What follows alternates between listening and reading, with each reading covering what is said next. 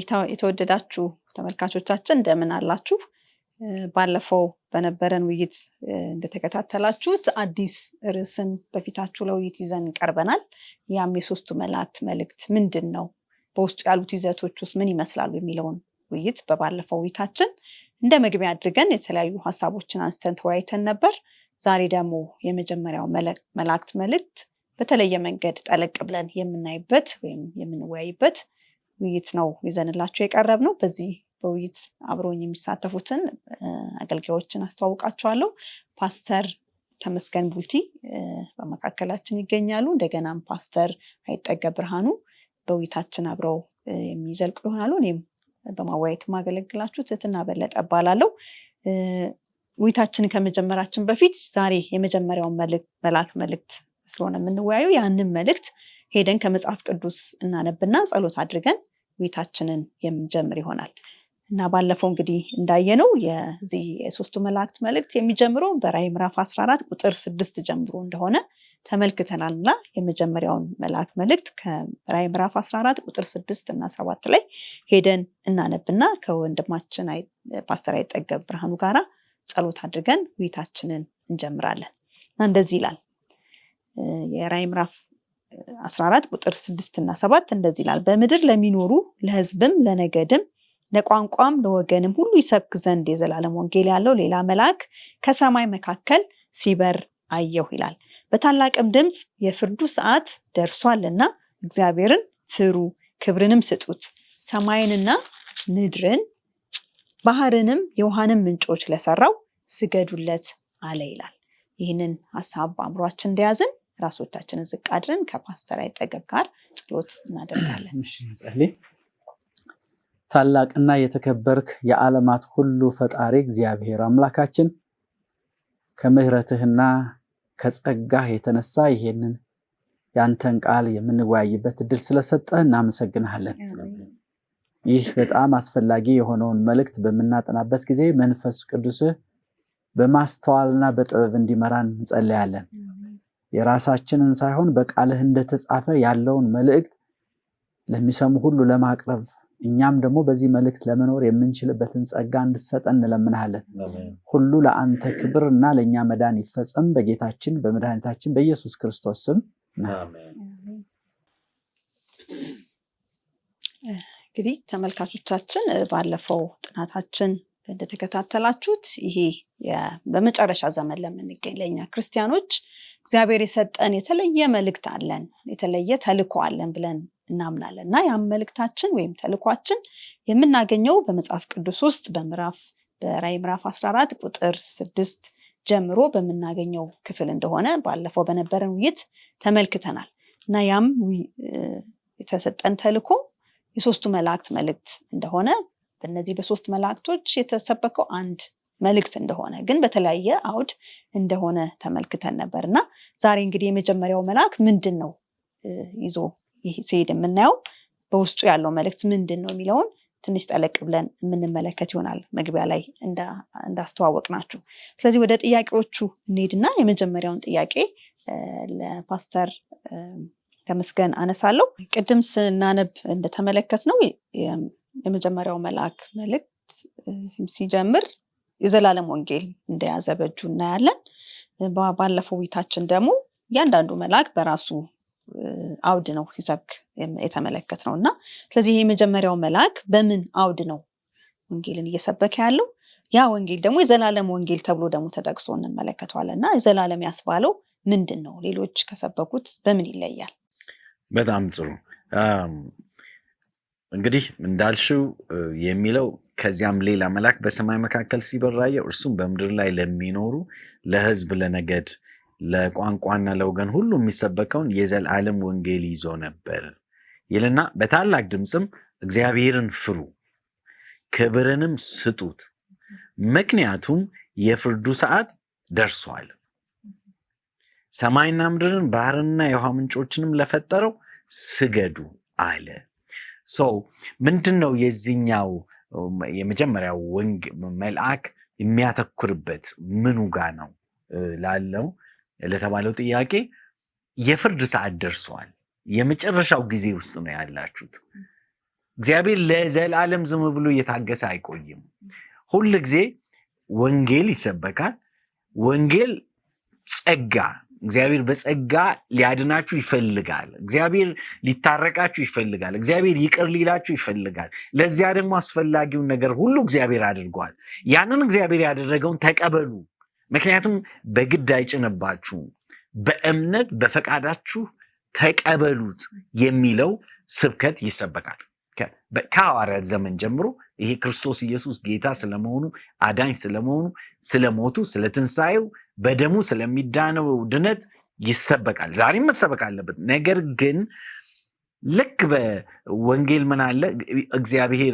የእግዚአብሔር መንግስት ወይም የእግዚአብሔር አመራር የሚመሰረተው በጸጋና በዛው ልክ ደግሞ ፍትህ ደግሞ አለ፣ ፍርድ አለ። እግዚአብሔር ይፈርዳል መጨረሻ ላይ። የፍርድ ሰዓት ደርሷል እያለ ነው። አሁን ወደ እግዚአብሔር ተመለሱ፣ ሌሎች አማልክትን ማምለካችሁን ተዉ፣ ቸልተኝነታችሁን ተዉ፣ ጊዜ የላችሁም፣ የፍርድ ሰዓት ደርሷል፣ ወደ እግዚአብሔር ተመለሱ እያለ ነው። እግዚአብሔርን ፍሩት፣ ምክንያቱም ምን ሆኗል? የፍርዱ ሰዓት ደርሷልና። ታዲያ ይሄ በአንድ መልኩ የዘላለም የፍርድ ሰዓት ስለደረሰ በተለየ ሁኔታ ፎከስ እያደረገ ወይም ትኩረት እየሰጠ እየሰበከ ነው። ነገር ግን የያዘው ምንድን ነው? የዘላለም ወንጌል ነው። ምን ማለት ነው? የዘላለም ወንጌል ሁልጊዜም የዘላለም ወንጌል ነው። ከመጀመሪያውም ጀምሮ እግዚአብሔር ያሰበው ወንጌል ነው። ወንጌል አልተቀየረም። ወንጌል ምንድን ነው? በክርስቶስ ኢየሱስ ሰው አምኖ ይዳን ነው። ከራእይ ምዕራፍ 13 ቁጥር 8 ላይ ምን ይላል? ዓለም ከተፈጠረ ጀምሮ በታረደው በግ የሕይወት መጽሐፍ ላይ ስማቸው ያልተጻፈ የምድር ሰዎች ሁሉ ለአውሬው ይሰግዳሉ ይላል። ዓለም ከተፈጠረበት ጊዜ ጀምሮ በታረደው በግ የሕይወት መጽሐፍ ጌታችን ኢየሱስ ክርስቶስ ገና ኃጢአት ሳይገባ እግዚአብሔር ቀደም ብሎ የሚሆነውን ነገር ያይ ስለነበረ ለመሞት ለኃጢአት ይቅርታ ለመሰዋት ዝግጁ ነበር ጌታ ኢየሱስ። እግዚአብሔርን ኃጢአት እንደ ድንገት አልወጣበትም፣ እንደ ወራጅ ውሃ አልደረሰበትም። እግዚአብሔር ቀደም ብሎ የሚሆነውን ያህል ስለዚህ ተዘጋጅቶበታል። እግዚአብሔር ሰዎችን በወንጌል በኩል ወንጌል ምንድን ነው? በክርስቶስ ኢየሱስ በማመን በነፃ መዳን ማለት ነውና እሱን አዘጋጅተዋል። ሌላ ወንጌል የለም። ጳውሎስ ደግሞ በገላትያ ምዕራፍ 1 ላይ እንዲህ ይላል ከቁጥር 6 ጀምሮ በክርስቶስ ጸጋ የጠራችሁን እርሱን ትታችሁ ወደ ተለየ ወንጌል እንዲፈጥናችሁ መዞራችሁ ደንቆኛል ይላል። ወደ ተለየ ወንጌል፣ ሌላ ወንጌል ከየት አመጣችሁ? የእግዚአብሔር ወንጌል አንድ ነው። ምክንያቱም ያ ወንጌል የመጀመሪያው የወንጌል ስብከት የተደረገው ተብሎ የሚታመነው ልክ ሰዎች አዳምና ሔዋን በኃጢአት እንደወደቁ በዘፍጥረት ምዕራፍ 3 ቁጥር 15 ላይ በአንተና በሴቲቱ መካከል ምን አደርጋለሁ አለ እግዚአብሔር፣ ጠላትነትን አደርጋለሁ፣ ልትወዳጁ አትችሉ እያለ በምን በኩል ከእሷ የሚወለደው የእሷ ዘር ምንን ይቀጠቅጣል አለው? ጭንቅላትህን ወይም አናትህን ይቀጠቅጥሃል፣ አንተ ደግሞ ሸሆናውን ትቀጠቅጣለህ። ያ ጠላትነት ሁል ጊዜ ይኖራል። ያ ነው የመጀመሪያው የተሰበከው ወንጌል የሚባለው። ያ ወንጌል አልተቀየረም። ዛሬ እግዚአብሔር ሰዎችን የሚያድንበት ሌላ መንገድ የለም። ለዚህ ነው ሰዎች ከዛ መንገድ ፈቀቅ ሲሉ ጳውሎስ ለገላትያ ሰዎች ምን አለ? በክርስቶስ ጸጋ የተጠራችሁትን እርሱን ትታችሁ ወደ ተለየ ወንጌል እንዲህ ፈጥናችሁ መዞራችሁ ደንቆኛል። እንደ እውነቱ ከሆነ ሌላ ወንጌል የለም ይላል። ደስ የሚለው ቁጥር 7 ላይ እንደ እውነቱ ከሆነ ሌላ ወንጌል የለም፣ ወንጌል አንድ ነው የሚለው። ሌላ ወንጌል የለም። የሚያደናግሯችሁና የክርስቶስን ወንጌል ለማጣመም ጥረት የሚያደርጉ አንዳንድ ሰዎች አሉ። ነገር ግን እኛም ብንሆን ወይም የሰማይ መልአክ ከሰበክንላችሁ ወንጌል የተለየ ወንጌል ቢሰብኩላችሁ እርሱ ለዘላለም የተረገመ ይሁን ይላል። ቀደም ብለን እንዳልነው ይላል፣ አሁንም ደግሞ ይላለሁ፣ ማንም ከተቀበላችሁት ሌላ የተለየ ወንጌል ቢሰብክላችሁ እርሱ ለዘላለም የተረገመ ይሁን ይላል። ስለዚህ ወንጌል በክርስቶስ ኢየሱስ አምኖ በጸጋው መዳን ነው። የገላትያ ሰዎች ችግር ምን ነበር? ኦኬ በክርስቶስ ማመናችን ጥሩ ነው፣ ግን በክርስቶስም አምኖ ያልተገረዘ ደግሞ አይድንም ብለው ነበር የሚያስተምሩት። ሌላ በስራ ለመዳን የሚያደርጉት ጥረት ነበር። ግን ኤፌሶን ምዕራፍ 2 ላይ እንደሚናገረው ቁጥር 8 ላይ በእምነት በጸጋ ድናችኋልና ይላል። ይህም የእግዚአብሔር ስጦታ ነው እንጂ ከስራችሁ አይደለም፣ ማንም እንዳይመካ ይላል። የዘላለም ወንጌል ነው ወንጌሉ። ነገር ግን ያው የዘላለም ወንጌል ደግሞ በምን ኮንቴክስት ወይም በምን አውድ ነው የሚሰበከው? የፍርድ ሰዓት ደርሷል ብሎ በከፍተኛ አጽንኦት እየተሰበከ ያለበት ሁኔታ ነው ማለት ነው። በጣም ጊዜ ይስጥልን ፓስተር፣ ጥሩ አድርገው ነው ያብራሩልን። ምናልባት የሚጨመር ካለ ፓስተር። እንግዲህ ወንጌል ማለት ምን ማለት ነው የሚለው እሱ በቅድሚያ ሊብራራ ይገባል ብዬ አስባለሁ። ወንጌል ማለት እንግዲህ በሉቃስ ወንጌል ምዕራፍ 2 ከቁጥር 8 እስከ 14 ላይ ተጽፎ እንደምናገኘው ወንጌል ማለት የምስራች ማለት ነው እና የምስራች ደግሞ በጣም አስደሳች የሆነ አዲስ የሆነ ነገር ነው። በቃ ሰዎች እንደው በጣም በናፍቆት ሲጠብቁት የነበረ ነገር ሆኖ ይሆንን አይሆን እያሉ እንደው ሲጨነቁበት የነበረውን ነገር ግን ለዛ መፍትሄ የሚሰጥ ነገር ብለን ልንለው እንችላለን እና ይሄ የምስራቹ ምንድነው? የጌታችን የኢየሱስ ክርስቶስ ወደዚህ ምድር መምጣት። ስለዚህ አሁን ወንጌሉ ምንድነው ያልን እንደሆነ የክርስቶስ መወለድ፣ የክርስቶስ በመስቀል ላይ መሞት፣ የክርስቶስ ሞትን አሸንፎ መነሳት፣ ይሄ ወንጌል ነው። የሰብአዊ ዘር መዳን የተመሰረተው በዚህ ላይ ነው። ሰው በኢየሱስ ክርስቶስ ነው የሚድነው ብለን ስንል ምንድነው? ሰው ሊሰራው የማይችለውን ነገር ክርስቶስ ሰርቶ ያ ስራ የኢየሱስ ክርስቶስ ስራ እኛ እንደሰራ ነው ተቆጥሮልን። ክርስቶስ የሰራው ስራ ለኛ ተቆጥሮልን ነው። አሁን የምስራቹ ይሄ ነው። ያ ደግሞ የኢየሱስ ስራ ለኛ ሆኖ የሚቆጠረው ምንድነው? ክርስቶስን የግል አዳኛችን በክርስቶስ እናመን ምክንያቱም ክርስቶስ የሰብአዊ ዘር ወኪል በአንተና በሴቲቱ ነው። መጀመሪያ እንግዲህ ሰይጣን ከሰይጣን ጋር ነበር የተፋጠጠው። ስለዚህ ሰው ምን ሆነ? ተሸነፈ። አሁን ሲሸነፍ በሰው ቦታ ማመጣ? ኢየሱስ ክርስቶስ መጣ። ኢየሱስ ክርስቶስ ሰውን ሪፕሬዘንት አድርጎ ሰውን ወክሎ ሰብአዊነትን ለብሶ በሰው ቦታ ቆመ። ስለዚህ ከሰይጣን ጋር ጦርነቱን አካሄደና አሸነፈ። ስለዚህ ኢየሱስ ክርስቶስ ጦርነቱን ያካሄደው ለኛ ነው። ስለዚህ ሲያሸንፍ ደግሞ ያ የኢየሱስ ክርስቶስ ማሸነፍ ለማን ይቆጠራል?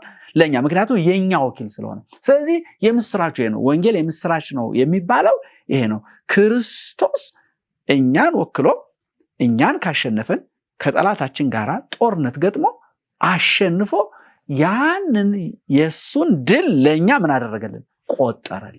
ተቆጠረልን። ስለዚህ ያ ስለተቆጠረልን በኢየሱስ አማካኝነት በእግዚአብሔር ዘንድ ምን አገኘን? ተቀባይነት አገኘን። በቃ አሁን ወደ እግዚአብሔር ለመቅረብ ወደ እግዚአብሔር መንግስት የሚከለክለን ምንም ነገር የለም። ምክንያቱም ኢየሱስ ክርስቶስ በሩን ከፍቶልናል። ስለዚህ ያ ምስራች ነው።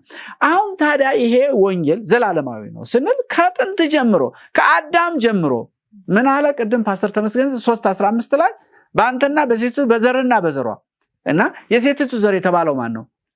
ክርስቶስ ኢየሱስ። ገላትያ ምዕራፍ 3 ስንመጣ ቁጥር 17 ጌታችን ኢየሱስ ክርስቶስ ነው። ስለዚህ ያ ወንጌል በኤደን ገነት ተሰብኳል። አሁን ብዙ ጊዜ ችግር የሚፈጠረው ከዚያ በኋላ ከኤደን ገነት ስንወጣ ነው። ከኤደን ገነት ወጥተን አሁን እስራኤል የሚባል ነገር ሲመጣ ሰዎች ምን ይላሉ? በዛ ዘመን የነበሩ ሰዎች የዳኑት በጸጋ አይደለም፣ በእምነት አይደለም፣ በክርስቶስ አይደለም። በምንድን ነው የዳኑት? በሕግ ነው። ሕግን ተቀበሉ። በሲና ተራራ የሕግ ተሰጣቸው። በዛ ነው የሚድኑ። ሕግን በመጠበቅ ማንም ሰው መዳን አይችልም። በዛ ዘመን የነበሩ ሰዎችም ሕግን በመጠበቅ እንደዛ ቢሆን ኖሮ ከአብርሃም ትልቁ አብርሃም ከምንለው ጀምሮ ሌሎቹም በሙሉ በፍጹም አይድኑ የሚድኑ አይደሉም። ስለዚህ በዛ በእነ አብርሃም ዘመን እግዚአብሔር ልጁን ይዞ በሞሪያም ተራራ እንግዲህ በስራ መጸድቅ ከሆነ አለው። መጨረሻ ላይ ግን በጉን አመጣለት። ምንድነው? በስራ ሳይሆን በእምነት ነው። ምጸድቀው በእምነት ነው። ስለዚህ ከእምነት የሆነ ጽድቅ ለአብርሃምም ከእምነት የሆነ ጽድቅ ነው እና አሁን በዛ ዘመን የነበሩ ሰዎች በጊዜው ቤተ መቅደስ ውስጥ ሄደው ኃጢአታቸውን ተናዘው የሚያርዱት እኮ ማንን ነው የሚያመለክተው? ኢየሱስ ክርስቶስ እኮ መዳን እኮ በእምነት እኮ ነው። ያ በብሉይ ኪዳንም እነዛ ሰዎች ያን ሁሉ ስራ ሲፈጽሙ የነበሩት የምንድነው በሚመጣው በመሲሁ በኢየሱስ ክርስቶስ ነው ብለው እምነታቸውን ሲገልጹ የነበረው። ስለዚህ በዛም ዘመን የመዳን ጉዳይ አልተለወጠም። በእነሱም ዘመን አይሁዳውያንም የዳነው በጽድቅ ነው እንጂ በስራ እንዲያውም ልደግፍ በአንድ ጥቅስ ገላትያ 3:11 ላይ ምን ይላል? ጻድቅ በእምነት ይኖራል ስለተባለ ማንም በእግዚአብሔር ፊት በሕግ እንደማይጸድቅ ግልጽ ነው ይላል። እና በዛ ዘመን የነበሩት በፍጹም ይሄ አስተምሮ ስህተት ነው። በድሮ ዘመን የነበሩ ሰው በስራ ዳኑ። እኛ እግዚአብሔር ፌር አይደለም። እንደዛ ከሆነ እኛን በእምነት አጽድቆ እነሱም በስራ የሚያጸድቅ ከሆነ እግዚአብሔር ፍትሃዊ አምላክ አይደለም ማለት የለም። እንደዛ የሚባል ከኤደን ገነት ጀምሮ ሰው እስከ ኢየሱስ ክርስቶስ ድረስ ቢሆን በእምነት ነው። ኢየሱስ ክርስቶስ መጣ። ከዛ በኋላ ቀጥሎ ሐዋርያት ያንኑ ነው የሰበኩት። በኤደን ገነት የተሰበከው ወንጌል ነው የሰበኩት። ሌላ ወንጌል አልሰበኩም። ያንን አስተማሩ።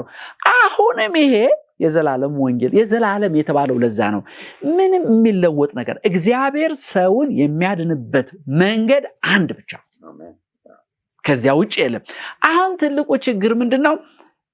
በእነ ጳውሎስ ዘመን ቅድም እንደተነጋገርነው ኮንቴክስቱ ይለያያል። እነ ጳውሎስ ምንድን ነበረ?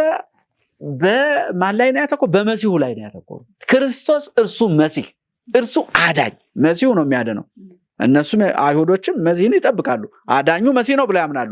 ስለዚህ ክርስቶስ እሱ መሲህ ነው፣ የእናንተ የሰቀላችሁት የሞተው እሱ ነው፣ ሊያድናችሁ ነው የሞተው፣ ተቀበሉ ነው፣ መሲሁ እሱ ነው እና በመሲሁ ላይ ነበር ያተኮሩት።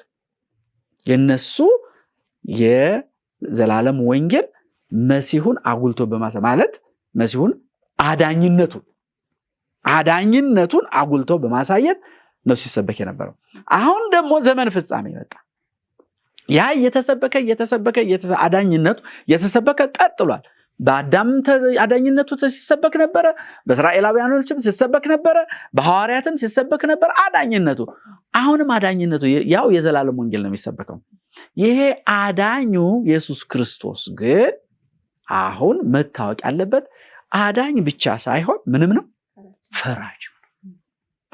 ፈራጅም ነው። እሱ እንዳይዘነጋ ነው ፈራጅነቱ የኢየሱስ ክርስቶስ። እንዲያውም ኢየሱስ ክርስቶስ ምን አይነት ፈራጅ ነው የሚለው? ጻድቅ ፈራጅ ነው የኢየሱስ ክርስቶስ።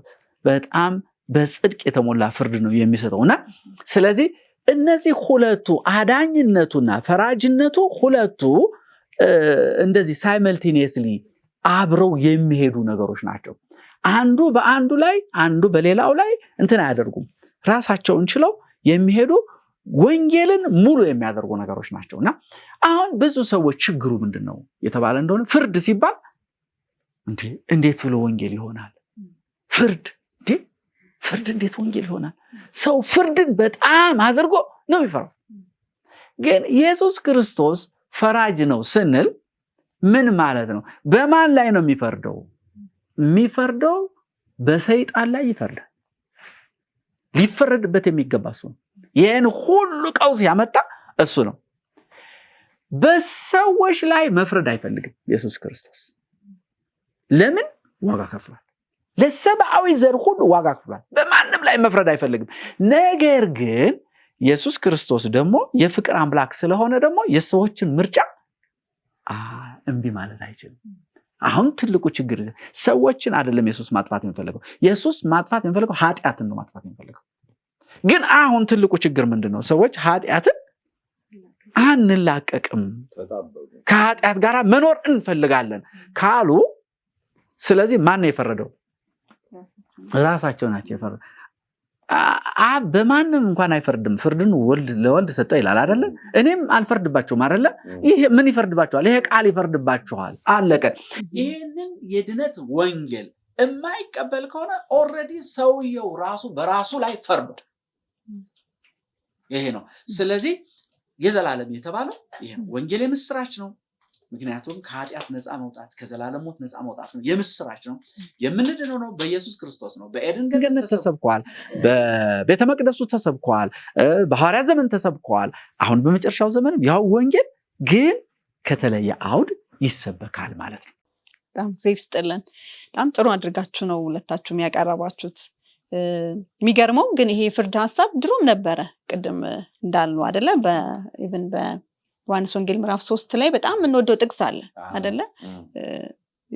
ሄደን ብናነበው ምዕራፍ 15 ምዕራፍ 3 ቁጥር 16 ላይ እንደዚህ ይላል።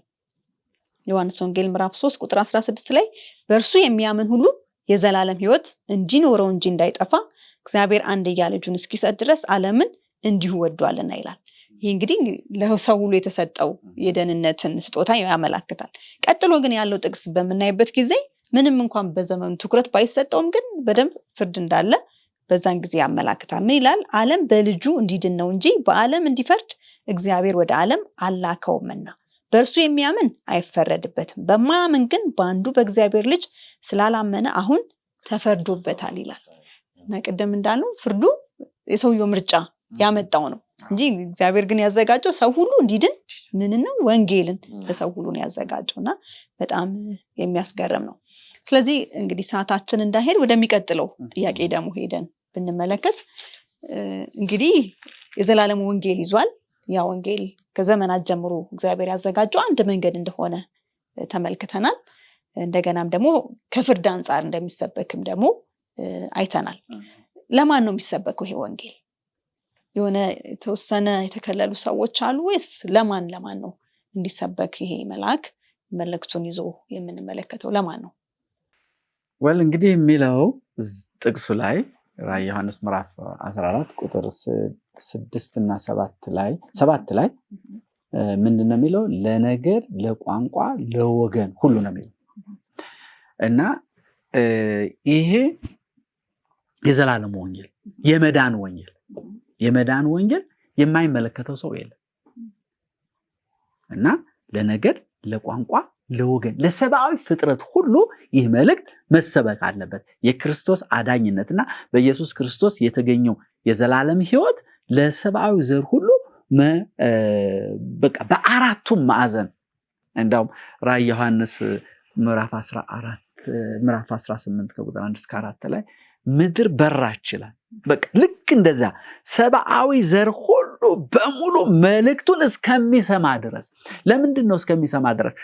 አንድ ነገር ማሰብ አለብን። ምንድነው? እያንዳንዱ ሰው የመዳን መብት አለው። ማን የሰጠው? እግዚአብሔር የሰጠው። ስለዚህ ያንን የመዳን መብቱን የመጠቀም ያለ መጠቀም መብት ደግሞ አለው። አሁን ያንን መብቱን ተጠቅሞ የሚወስነውን እንዲወስን ምን መሆን አለበት? ይሄ መልእክት ለእያንዳንዱ ሰው መድረስ አለበት። ሰብአዊ ፍጥረት ለሆነ በሙሉ ይሄ መልእክት መድረስ ይኖርበታልና ስለዚህ መልእክቱ የማይመለከተው ሰብአዊ ዘር የለም እና ይሄ መልእክት ዓለም አቀፋዊ መልእክት ነው። ሁሉንም ሰብአዊ ዘር የሚነካ መልእክት ነው። ወንጌል ለሰው ሁሉ መሰበክ አለበትና ይሄ ነው እንግዲህ የሚመለከተው ሰብአዊ ዘር በሙሉ። እዚህ ላይ ለመጨመር ያክል ይሄ ትልቅ የሆነ አንድምታ አለው ለቤተ ክርስቲያን። ወንጌል እናስተላልፋለን ለምንል ሰዎች ትልቅ አንድምታ አለው። በምድር ላይ ያሉ ህዝቦች የተለያየ ሁኔታ ውስጥ ነው ያሉት። የተለያየ ቋንቋ ነው የሚናገሩት። የተለያየ አካባቢ ነው የሚኖሩት። ወንጌሉ ለነዛ ሁሉ ነው። መተው እኔ በምናገረው ቋንቋ ወይም እኔ ባለሁበት ቦታ ይስሙ የምትዩ ነገር አይደለም። ጌታ ኢየሱስ ሂዱ ነው ያለው አይደል? ወንጌል ታላቁን ተልእኮ በሚሰጥበት ጊዜ ሂዱ ወደ ዓለም ሁሉ አለ። በጣም የሚገርም ለህዝብ ሁሉ ለወገን ሁሉ ይህንን ለህዝብ ሁሉ ስበኩ ነው ያለው። እንዴት ነው ያንን የምትሰብከው ቤተክርስቲያን ወይም ምዕመናን? ይህ ወንጌል የተቀበሉ ሰዎች እንዴት ነው ያንን የሚሰብኩት?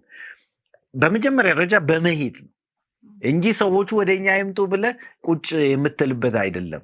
የሆነ ተቋም አቋቁመን ቁጭ ብለን ሰዎች ወደኛ ይምጡ የምንልበት አይደለም። በፍጹም ጌታ ኢየሱስ እንደሱ አይደለም። ሂዱ ወደ ዓለም። አስቡ፣ እኛን ወንጌል የደረሰን ሰዎች ከስንት ሀገር ተነስተው መጥተው በዚህ ሀገር ወንጌል እየሰበኩ ነበር። ወንጌል የደረሰን ዛሬ ያለን ክርስቲያኖች ደግሞ ይሄ እውነት የገባን ሰዎች ሂዱ ነው የተባለው። ትልቅ ነገር ነው። ሂዱ ብቻ ሳይሆን ደግሞ ሁለተኛው ነገር ምንድነው? እነዛ ሰዎች በሚገባቸው መልኩ ስበኳቸው። ያሉበትን ባህላዊ፣ የቋንቋ፣ የአመጋገብ፣ የአኗኗር ሁኔታን ከግምት ውስጥ ባስገባ መልኩ ወንጌሉን አድርሱላቸው። ምክንያቱም ወንጌል መግባት የማይችልበት ባህል የለም። ወንጌል የማይሰበክበት ቋንቋ የለም። ወንጌል የማይደርስበት አካባቢ የለም። ሂዱ ወደዛ ሁሉ። ይህ ከባድ ነው፣ ይሄን አልችልም የምንለው ነገር የለም። እውነት ለመናገር እኔ ልቤን ሁል ጊዜ የሚነካኝ ምንድን ነው የድሮ ሰዎች ወንጌልን ወደ ተለያየ ሀገር ወደ እስያ ለምሳሌ እንበልና ድሮ የምንለው እንግዲህ ሚሽነሪ ሙቭመንት የጀመሩ ዘመን ብለን ነው። በቅርቡ የነበረው 19ኛው ክፍለ ዘመን የነበረ አውሮፓ ክርስቲያኖች ወደ እስያ፣ ወደ አፍሪካ፣ ወደ ደቡብ አሜሪካ እየሄዱ ወንጌል ይሰብኩ የነበሩት ምንም የሚያውቁት ነገር የለም። የት እንደሚሄዱ አያውቁም። አንድ ሰው አያውቁም። በጣም እኮ ነው የሚገርመው። አንድ ሰው አያውቁም። ሀገሩ ምን እንደሚመስል አያውቁም። ህዝቡ ምን እንደሚመስል አያውቁም። ምን እንደሚገጥማቸው አያውቁም። ኢንፋክት ከሀገራቸው ሲወጡ ዳግም ላንገናኝ እንችላለን ብለው ሰላምታ በሉ በሰማይ እንገናኛለን ብለው ነው የሚወጡትና ያን ያክል ነው። ይሄ መልእክቱ ከፍርድ አንጻር ለመጨረሻ ዘመን የተሰጠ መልእክት ነው ስንል ለህዝብ ሁሉ ደግሞ መድረስ ያለበት ነው። ይህንም መልእክት የተቀበልን ነው ህዝቦች ደግሞ ያን ያክል ተነሳሽነት ልናሳይ ይገባል። ግለት ልናሳይ ይገባል። ድፍረት ልናሳይ ይገባል። ምክንያቱም ጌታ ኢየሱስ እንደተናገረው በማቴዎስ ወንጌል 28 ላይ እኔ እስከ ዓለም ፍጻሜ ከእናንተ ጋር ሆና። ይሄ ወንጌል የደረሰበት ቦታ ሁሉ ማንም ሰው ያንን ወንጌል ሲያደርስ ጌታ ኢየሱስ አብሮት እዛ አለና በድፍረት መውጣት ያስፈልጋል የሚል አንድምታ አለው ብዬ አስባለሁ። ጥሩ ሀሳቦችን እያነሳን እስካሁን ቆይተናል። እንግዲህ ያየነው ያ መልአክ ሲሰብክ የነበረው የዘላለም ወንጌል እግዚአብሔር በጊዜያት ሁሉ አንድ ወንጌል እንዳለው ነው ያየነው። ግን ያ ወንጌል በፍርድ አንጻር እንደሚሰበክ ያም ደግሞ ለማንም የሰው ዘር ሳይለይ ለሁሉም፣ ለነገድም፣ ለቋንቋ በየቋንቋቸው በየሚመለከታቸው በባህላቸውም ጭምር ልንሰብከው እንደሚገባ ይህንን ወንጌል ይዞ እንደተመለከትን ነው በዚህ የምናየው። ምናልባት ቀጥለን ስናነብ በዚሁ ቁጥር ላይ ምን ብሎ ይናገራል? በቁጥር 6 ላይ በዮሐንስ ራዕይ ምዕራፍ 14 ላይ በምድር ለሚኖሩ ለሕዝብ፣ ለነገድም፣ ለቋንቋም፣ ለወንጌልም ሁሉ ይሰብክ ዘንድ የዘላለም ወንጌል ያለው ሌላ መልአክ ከሰማይ መካከል ሲበር አየሁ ይልና በታላቅ ድምፅ ብሎ ይናገራል።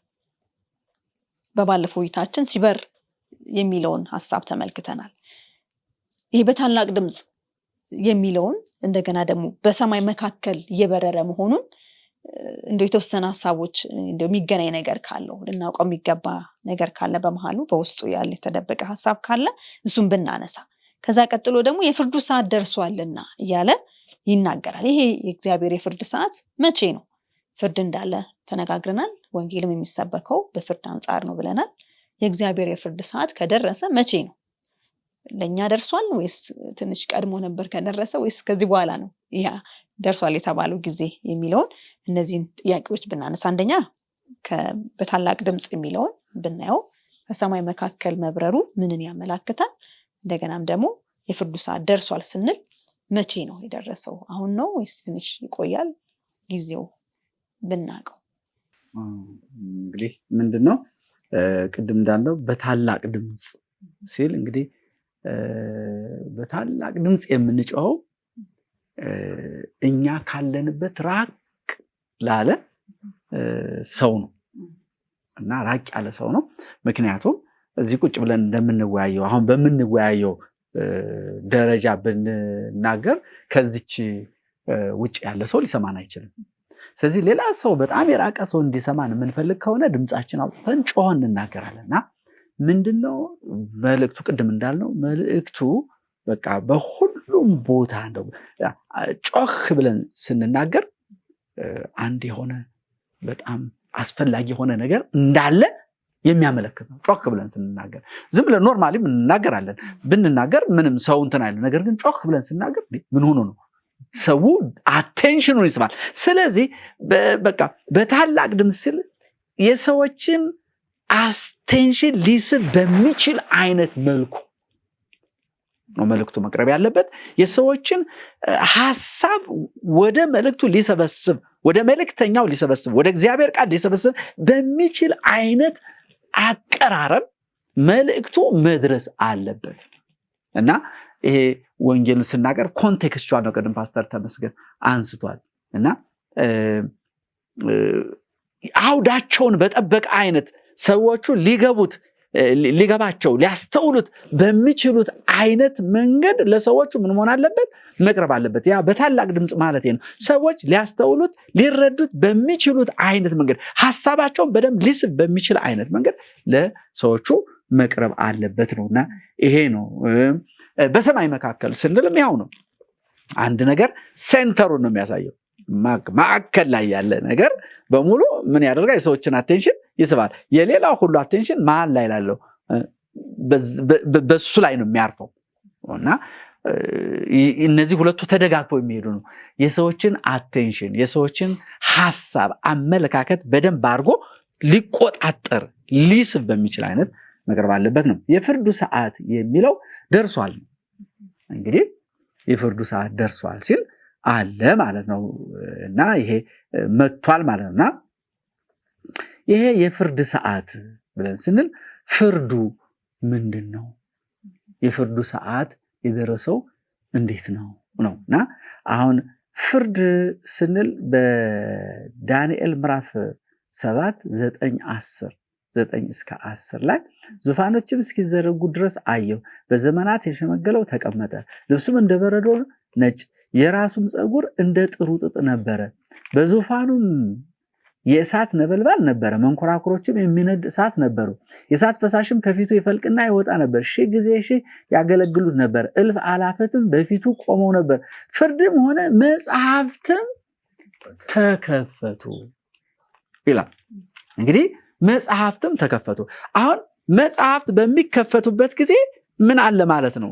በዛ ውስጥ ሪኮርድድ የሆነው ነገር ይመረመራል ማለት ነው። ምንድነው እዛ ውስጥ የተጻፈው ያለው ነገር ምንድነው ተብሎ ይታያል እና እዛ ውስጥ የተጻፈው ከታየ በኋላ ከዛ በኋላ ምን ይደረጋል?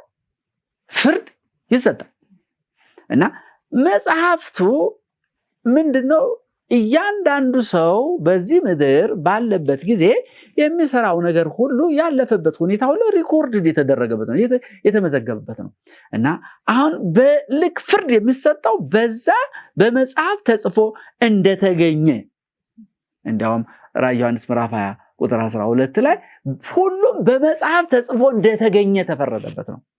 ስለዚህ ፍርዱን ለመስጠት ቅድም ስንነጋገር ምን ብለን ክርስቶስ ቅን ፈራጅ ነው እና ፍርዱ ቅን የሚሆነው ደግሞ ልክ ሪኮርድ በሆነው መሰረት ፍርድ በሚሰጥበት ጊዜ ነው እና አሁን ሪኮርድ ለኢየሱስ ክርስቶስ ያስፈልገዋል አያስፈልገውም? አያስፈልገውም። ሁሉን አዋቂ ነው። ያ ግን የሚያስፈልገው ሪኮርዱ ለማን ነው? ለኛ ነው። ለኛ ነው የሚያስፈልገው እና የኢየሱስን ቅን ፈራጅነት የምናረጋግጠው በዚያ ነው።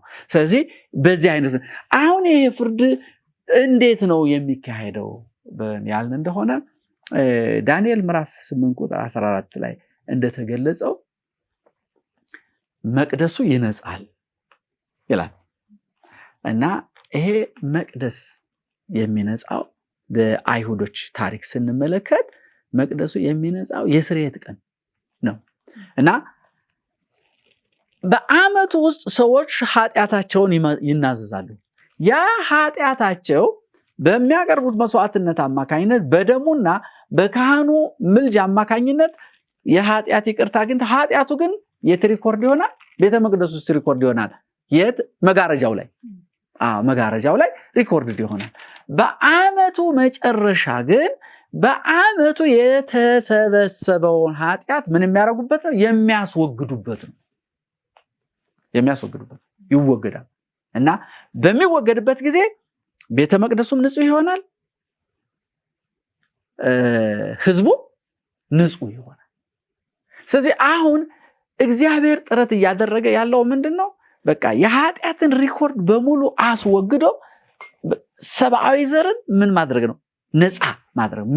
ምድሪቱንም ምን ማድረግ ነው? ከኃጢአት ስራ ነፃ ማድረግ ነውና ያ ነው አሁን እየተሰራ ያለው። ያንን ስራ ለመስራት ኢየሱስ ክርስቶስ ልክ በዳንኤል ምዕራፍ 8 ቁጥር 14 ላይ እንደተናገረው በ1844 በሰማይ ቤተ መቅደስ ወደ ቅድስተ ቅዱሳኑ ገብቶ በዛ ውስጥ የፍርድ ምርመራ ነው የሚያደርገው። አሁን ሁለት ነገር ይሰራል። የማማለድ ስራም ይሰራል፣ የፍርድም ስራ ይሰራል።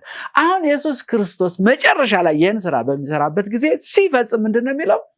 ራዕየ ዮሐንስ ምዕራፍ 22 ላይ ያነበብነው ቁጥር 11 እና 12 ቁጥር 11 ላይ እርኩሱም ይርከስ ይጽደቅ፣ በቃ አለቀ። ከዛ በኋላ ይሄ ፍርድ ምርመራ ተደርጎ ፍርዱን ለሁሉም እንደያንዳንዱ ስራው ከሰራ በኋላ ኢየሱስ ክርስቶስ ከዚህ በኋላ ጻድቁም ይጽደቅ እርኩሱም ይርከስ ብሎ ይወስድ። ከዛ በኋላ ነገሮች በሙሉ ይዘጋሉ። ኢየሱስ ክርስቶስ የሚመጣው ከዛ በኋላ ነው። የሚመጣበት ዋናው ምክንያት ምንድነው? የሰጠውን ፍርድ ተግባራዊ ለማድረግ ነው። ስለዚህ አሁን ይሄ ፍርዱ ደርሷል የሚለው ስንመለከት ከዚህ በኋላ እኮ ወንጌል ተሰብኳል። ከዛ በኋላ እኮ ሁለቱ መላእክቶች መጥተዋል አይደል? ወንጌል ተሰብኳል። ይሄ የፍርድ ጉዳይ ከመጣ በአንደኛው መልአክ ከመጣ በኋላ ከዚያ በኋላ ወንጌል ተሰብኳል። ስለዚህ ይሄ የፍርድ ጉዳይ የሚናገረው ክርስቶስ ዳግም ሲመጣ ስለሚሰጠው የመጨረሻ ኤክስኪዩቲቭ ጃጅመንት ሳይሆን አሁን ከዛ በፊት ስለሚደረገው የፍርድ ምርመራ ስራ ነው የሚያመለክተውና ይሄ ደግሞ ከ1844 ጀምሮ እየተሰራ እንዳለ ክርስቶስ የፍርድ ምርመራ እያደረገ እንዳለ በግልጽ የሚያመለክት። በጣም እግዚአብሔር ይስጥልን። ጥሩ ውይይት እያደረገ እንደሆነ አንተም ተመልካቾቻችን እየተከታተላችሁ እንደሆነ ተስፋ እናደርጋለን። ውይይታችንን አሁንም እንቀጥላለን። ላፍታ ግን ትንሽ እረፍት ወስደን እንመለሳለን።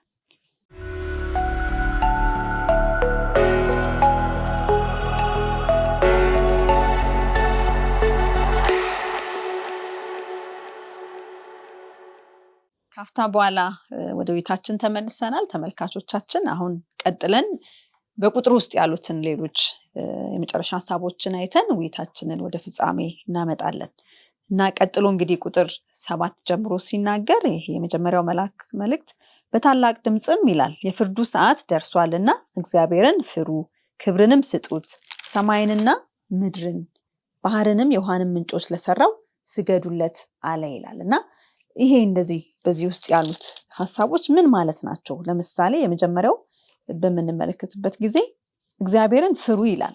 እግዚአብሔርን መፍራት ምን ማለት ነው? እንዴት ነው እግዚአብሔርን መፍራት የምንችለው? እንደው እንደሚያስፈራ ነገር መፍራት ማለት ነው ወይስ እንደው ሌላ ትርጉም አለው? ከዛም ቀጥሎ ደግሞ ሰማይና ምድርን ለሰራው ስገዱለት ይላል። ከዛ ፊትም ደግሞ ክብርን ስጡት ደግሞ ይላል።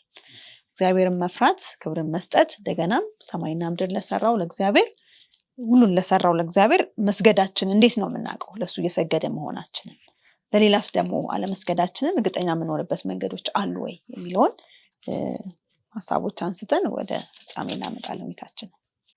እሺ እንግዲህ እግዚአብሔርን ፍሩ ዋናው መልእክቱ እንዳለው አንዱ እግዚአብሔርን ፍሩት። ይሄ የዘላለም ወንጌሉ የያዘው ምንድነው? እግዚአብሔርን ፍሩት፣ ክብርንም ስጡት፣ ሰማይና ምድርን ባህርን የውሃ ምንጮችን ለሰራው ስገዱለት አለ ይላል። እግዚአብሔርን መፍራት ስንል ምን ማለት ነው? መዝሙር 128 ቁጥር 1 ላይ ምን ይላል መሰላችሁ? እግዚአብሔርን የሚፈሩ ሁሉ በመንገዱም የሚሄዱ የተባረኩ ናቸው ይላል። እግዚአብሔርን መፍራት አንዱ ትልቁ ነገር በመንገዱ መሄድ ነው። የእግዚአብሔር መንገድ ደግሞ ቃሉ ነው። በቃሉ ውስጥ የተሰጡ አቅጣጫዎች ናቸው፣ ስርዓቱ፣ ህግጋቱ ናቸው። ስለዚህ ምን እያለ ነው? እግዚአብሔርን የሚፈሩ ሰዎች በመንገዱም የሚሄዱ ምን ሆኑ ናቸው? የተባረኩ ናቸው። እግዚአብሔርን መፍራት ይላል ምሳሌ 9:10 ላይ ደግሞ አይደል? እግዚአብሔርን መፍራት የጥበብ ሁሉ መጀመሪያ ነው ይላል። ምን ማለት ነው? እግዚአብሔርን የምንፈራው መፍራት ማለት እንደተባለው እግዚአብሔር ይመታኛል ወይም እያየኝ ነው ሊገለኝ ነው ብለን የምንፈራው ነገር ሳይሆን እግዚአብሔር ሲጀምር አምላካችን የምናመልከው በፍቅር ነው የምናመልከው። የፍቅር አምላክ ነው ብለናል። የምርጫ አምላክ ነው እግዚአብሔር አምላክ። እርሱ ካሳየን ነገር አንጻር እግዚአብሔርን በሙሉ ልብ እንድንወድ ነው እግዚአብሔር የሚፈልገው። ጌታ ኢየሱስን ሲጠይቀው አንዱ መጥቶ መምህር ሆይ ከሕጎች ሁሉ ወይም ከሕግጋት ሁሉ የትኛው ነው የሚበልጠው እና ዋናው ብሎ ሲጠይቅ እግዚአብሔር አምላክህን በፍጹም ነፍስህ በፍጹም ልብህ ወይም በፍጹም ሐሳብህ ምን አድርገዋል? ውደደው። ሌላው ነገር በሙሉ እዛ ውስጥ ነው የተጠቃለለው። በዘዳግም ምዕራፍ 6 ውስጥም የእግዚአብሔር ባሪያ ሙሴ ሲናገር ለእስራኤላውያን ልጆች እግዚአብሔር አምላካችሁን ትወዱ ዘንድ ተጠንቀቁ ነው ያለው። በሙሉ ሐሳባችሁ በሙሉ ልባችሁ ውደዱት፣ መንገዱን ተከተሉ አምላካችሁን እግዚአብሔርን ስትወዱ አለ። እግዚአብሔርን መፍራት ስንል ዋናው ነገር ትልቁ ነገር እግዚአብሔርን መውደድና ከወደድ ነው ደግሞ ቃሉንም ነው የምንወደው። በቃሉ ውስጥ ያለውንም ነገር ነው የምንከተለው። ትእዛዛቱንም ነው የምንወደው። እግዚአብሔር እኔን ውደዱን አለ። እግዚአብሔር ራሱ ፍቅር ስለሆነ ማለት ነው። ፍሩት ሲል ተከተሉት፣ ቃሉን ስሙት፣ ሚለውን ተግባራዊ አድርጉ፣ እርሱ ያሳያችሁን መንገድ ተከተሉ ነው። ሰማይና ምድርን ለፈጠረው ስገዱለት። ይህ ሁሉ አሁን ጋጋታው፣ ጫጫታው፣ ሰይጣን የሚያደርገው ነገር በሙሉ እንድንሰግድለት፣ በጣዖትም መልክ ያድርግ፣ በዝና መልክ ያድርግ፣ በገንዘብ መልክ ያድርግ፣ በሀብት መልክ ያድርግ፣ በማንኛውም በኩል ይምጣ። ምንድነው ሰይጣን የሚፈልገው? አምልኮ ማለት የበላይሽን የሆነውን ነው የምታመልኪው። ስለፈጠረን ነው እግዚአብሔር የሚመለከው። ሁሉን ቻይ ጌታችን ስለሆነ ነው፣ ፈጣሪያችን ስለሆነ ነው። ፈጣሪያችን ብቻ ሳይሆን ደግሞ የሚያኖረን እሱ ነው፣ በእጁ ላይ የተሸከመን እርሱ ነው። ለዚህ ነው ሊመለክ ሊሰገድለት የሚገባው። እግዚአብሔር ይገባዋል ፈጣሪ ስለሆነ። ሰይጣን ግን ፍጡር ነው። ነገር ግን ምንድነው የሚፈልገው? እንዲመለክ ነው የሚፈልገው፣ በአንድም ሆነ በሌላ መልኩ። አሕዛብ ለተለያዩ አማልክቶቻቸው የሚያቀርቡትን መስዋዕትን በተመለከተ ጳውሎስ ሲናገር ለአጋንንት የቀረቡ መስዋዕቶች ናቸው ይላል። አጋንንት ናቸው ይላል። ጣዖታት የሚባሉት አጋንንት ናቸው ይላል። ሰይጣን አውቆ አስመስሎ ነው እንጂ ከነሱ በኋላ ማን ነው ያለው? አጋንንት ራሱ ሰይጣን ራሱ ነው ያለው። እና ሌላውን ተውና ወደ ማን ተመለሱ ነው? ወደ እግዚአብሔር ተመለሱ ነው የሚለው። አንዱም እዚህ ውስጥ የምናተኩርበት ምን መልእክት አለ መሰለሽ? እግዚአብሔር ፈጣሪ ስለሆነ ነው የምናመልከው ብለናል። ፈጣሪነቱን ደግሞ የሚያመላክት በብሉይ ኪዳን ውስጥ በምንመለከትበት ጊዜ በዘፍጥረት ላይ ስንመለከት ምዕራፍ 2 ላይ ምን ይላል? እስቲ ምዕራፍ 2 ቁጥር 1 እና 2ን እናንብብ። የእግዚአብሔር ቃል የሚናገረው እንዲህ ይላል፣ የሰማያትና የምድር በውስጣቸውም ያሉት ሁሉ አፈጣጠር በዚህ ሁኔታ ተከናወነ ይላል። ማን የፈጠረው? እግዚአብሔር ማለት ነው። ከዚያም እግዚአብሔር ይሰራ የነበረውን ስራ በሰባተኛው ቀን ፈጽሞ ነበር። ስለዚህ ከሰራው ስራ ሁሉ በሰባተኛው ቀን አረፈ። እግዚአብሔር ሰባተኛውን ቀን ባረከው፣ ቀደሰውም፣ ካከናወነውም የመፍጠር ስራ ሁሉ ያረፈው በሰባተኛው ቀን ነው ይላል። ስለዚህ እዚህ ጋር የምናየው እግዚአብሔር አምላክ ፈጣሪ መሆኑን አንዱ የሚያሳየን የሚያስታውሰን ነገር በየሳምንቱ መከበር ያለበት የእግዚአብሔር ሰንበት ቀን ነው። ስለዚህ በእኔና በእናንተ መካከል ምልክት ይሆን ዘንድ ያስቀመጥኳት ሰንበቴ ይላል እግዚአብሔር በሕዝቅኤል ምዕራፍ 20 ላይ። ስለዚህ እግዚአብሔር አምላክን ፍሩ ስንል አንዱ አሁን ዓለም ሁሉ እግዚአብሔር እናመልካለን፣ ጌታ ኢየሱስን እንሰብካለን ይላል። ችግር አለ ይላል ግን መጽሐፍ ቅዱስ። ችግሩ ምንድን ነው? እውነትን እየቀላቀለ ነው ዓለም።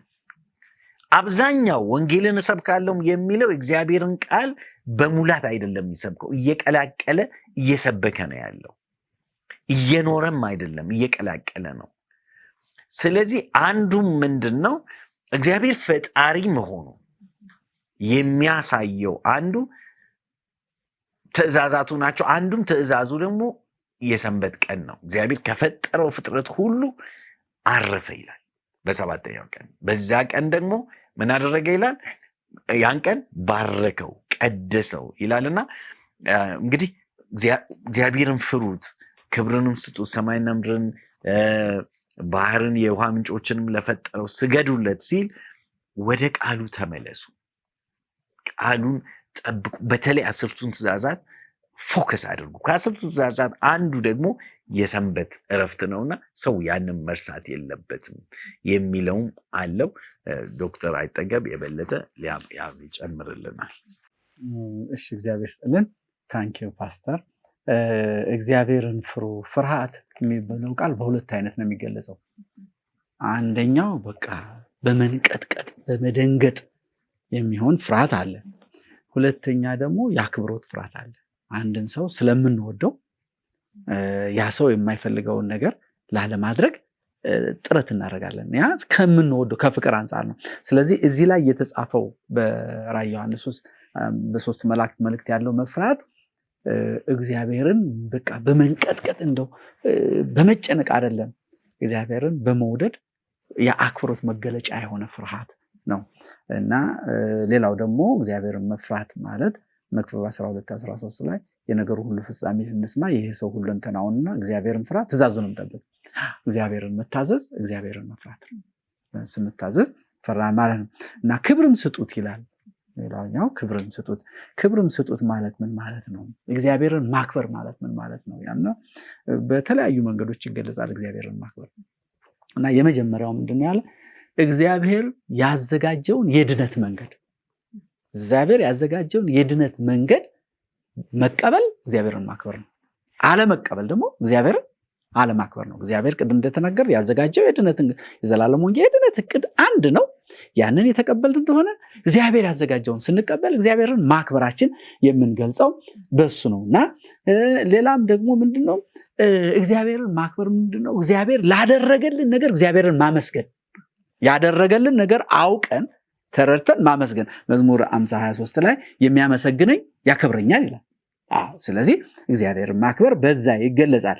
ሌላው ደግሞ እግዚአብሔርን ማክበር ማለት የሱን ባህሪ እኛ መኖርና ለሌሎች ደግሞ ማንጸባረቅ፣ ለሌሎች ማሳየት። እግዚአብሔርን የምናከብረው እንደዚያ ነው። የእግዚአብሔርን ባህሪ እኛ ተለማምደ ነው ለሌሎች ደግሞ ስናሳየው፣ በተግባር ስንገልጸው ያ እግዚአብሔርን መግለጻችን መሆኑን እናሳየለን።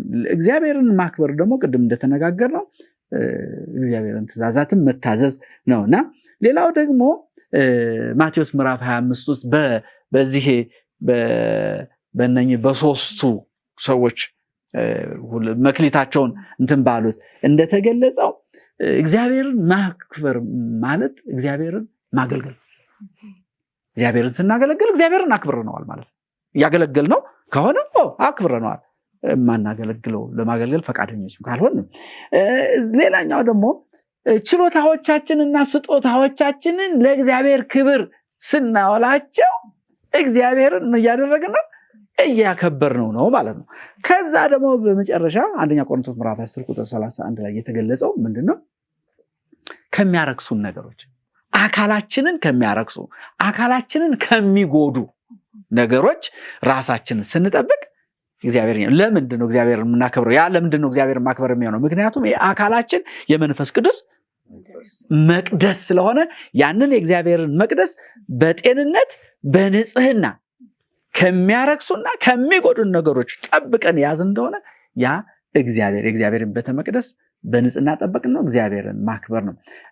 አሁን ከዛ በኋላ እንግዲህ ስገዱለት ነው። ስግደት ማለት እንግዲህ አምልኮ ማለት ነው።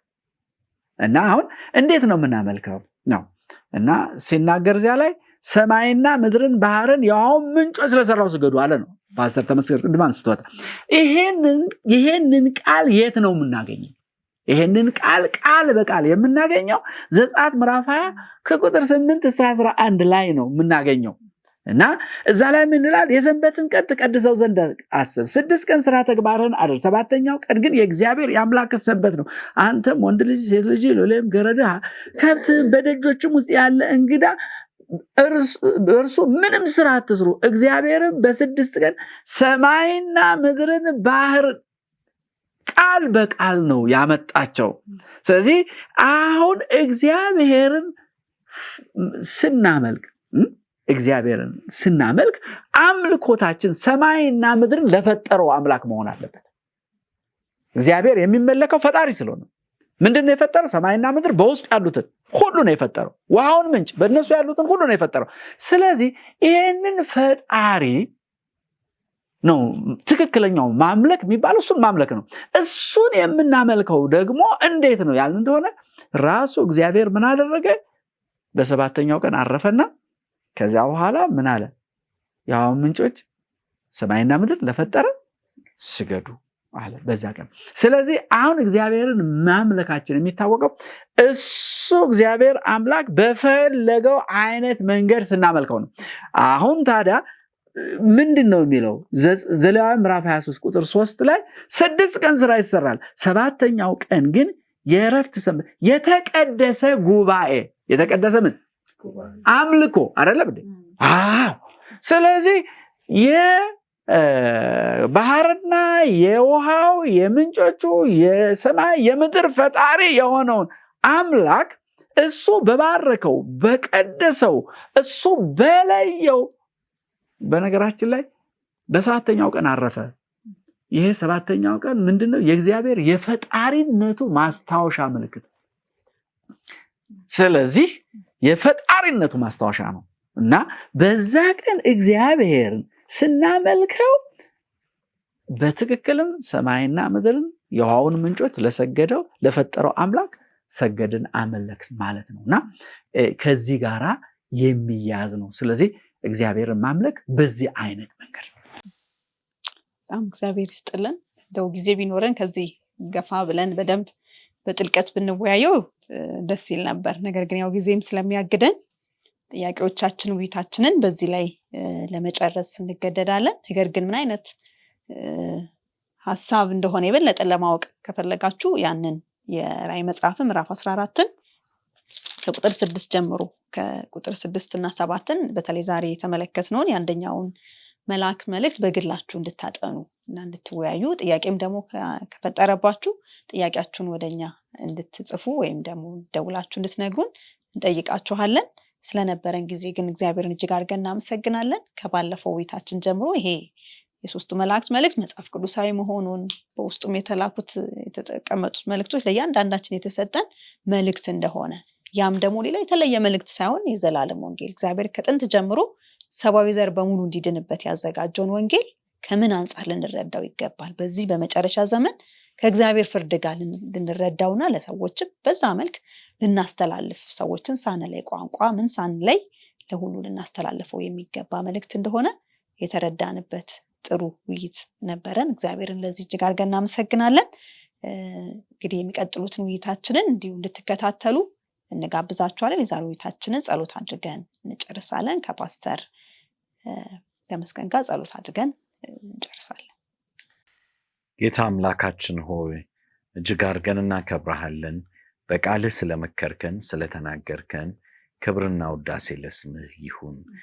ጌታ ሆይ ሰው ሁሉ የዘላለምን ወንጌል እንዲሰማ፣ አንተን አምላካችንን እንዲፈራ፣ ሰማይና ምድርን የውሃንም ምንጮች በውስጡ ያሉትንም ነገሮች የፈጠርከውን አንተን ብቻ እንዲያመልክ በቃልህ መሰረት አንተን በማክበር እንዲኖር ያቀረብከውን ጥሪ ሁላችን ከልብ ተቀብለን እንድንመላለስበት እንድንኖርበት ለሌሎች ሰዎች ሁሉ እንድናውጅ ክብርህን እንድንገልጥ እንድትረዳን እለምንሃለሁ። ይህን ቃል የሰማው ወገን ሁሉ በጌታ በኢየሱስ ክርስቶስ ስም እንዲባረክ እንዲኖርበት እንዲድንበት ፈቃድ ይሁን። ይህን ሁሉ ለመንህ በጌታ በኢየሱስ ስም አሜን።